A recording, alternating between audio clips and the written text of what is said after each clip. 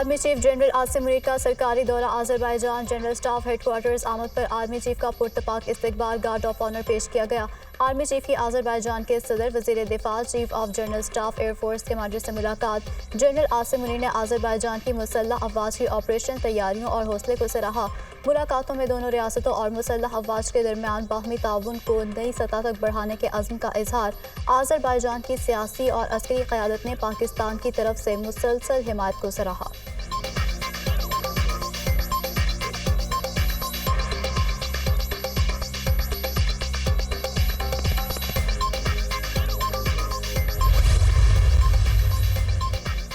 नौमे वाक़यात के जिम्मेदारान के अलावा सबसे बातचीत हो सकती है। चेयरमैन पीटीआई जब तक नौमे वाक़यात से बरी नहीं होते उससे मुज़ाकरात नहीं हो सकते।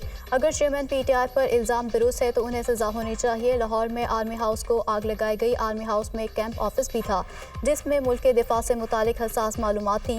मुस्लिम लीग नून और पीपल्स पार्टी को मिलकर इलेक्शन नहीं लड़ना चाहिए।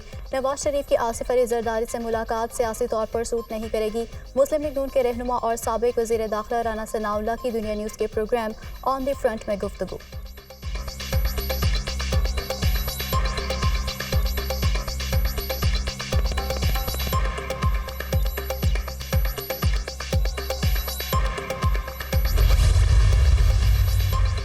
कारकुन कमर कस लें, हम भरपूर तैयारी के साथ इंतखाबी मैदान में उतरेंगे। हमने पाकिस्तान खपे का नारा लगाकर मुल्क बचाया, अब भी मुल्क को बचाएंगे।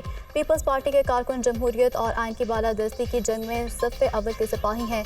आसिफ जरदारी की गुफ्तगू। साबिक सदर से पीपी कारकुनों की मुलाकात। सियासी हिकमत अमली और इंतखाबात से मुतालिक तजावीज़ पर तबादला ख्याल।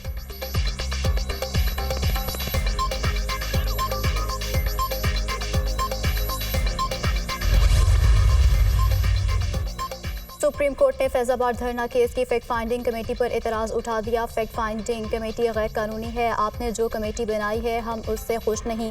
ये आंखों में धूल झोंकने के मुतरादिफ है। हम जानना चाहते हैं कि धरने का असल मास्टरमाइंड कौन था। एक साहब बाहर से इंपोर्ट होते हैं और पूरा मुल्क मफलूज कर देते हैं।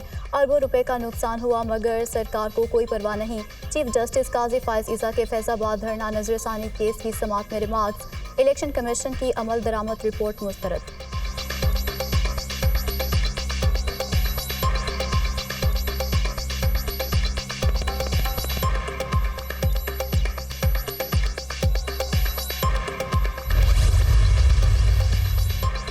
इसराइल जंगी जराइम से बाज ना आया। गजा में हमलों से मजीद 200 से ज़ायद फ़लस्तीनी शहीद। हर तरफ लाशों और मलबे के ढेर। सेहोनी फोर्सेस की बमबारी से शहीद फ़लस्तीनियों की तादाद 9000 से ज़ायद हो गई। 3600 से ज़ायद बच्चे और 1800 से ज़ायद ख़वातीन शामिल। गजा में अक़वाम मुत्तहिदा के मजीद 3 इमदादी कारकुन मारे गए। मजमूई तादाद 67 हो गई।